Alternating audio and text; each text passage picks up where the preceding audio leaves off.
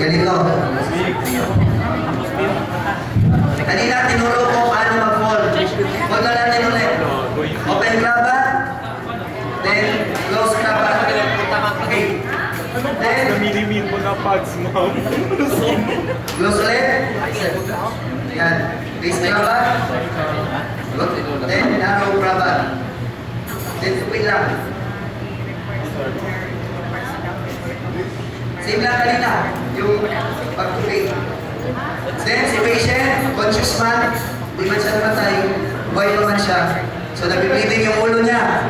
So, ilagay natin sa ulo. Tutusan natin siya, sir.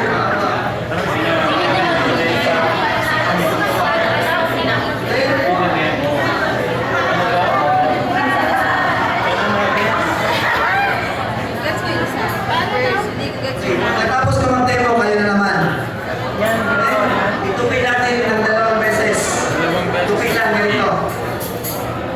Normal folding lang. Yan. Malamig talaga dyan. Malabas. Then, isip ko ganito. Alam, may plan. Baga ko siguro ang pag real no, di ganyan-ganyan lang.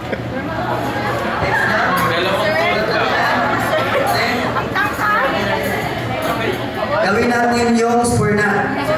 Right over left. Ano pala, square na? Left over right. Square knot pa rin. Then, saan yung foldings? Pasok na natin yung entail para hindi sa kapal. Hindi ma-hilali patient. Right over left, left over right. Over hila. Then yung natirang tali dito sa likod, yung apex, pwede natin siyang hilain para mahigpitan, para magkaroon ng compression dito sa ulo, sa laceration. So, control yung bleeding. Hilain na natin. Mayman. Then, pasok natin dito sa nakatupi ulit. Tabog natin yung mga entail. Ayan. So, Layo daw.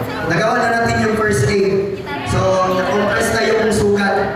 So, na-control yung bleeding. So, nakuha? So, kayo na naman. Master. Okay lang. Kayo nakuha? Okay, ganito.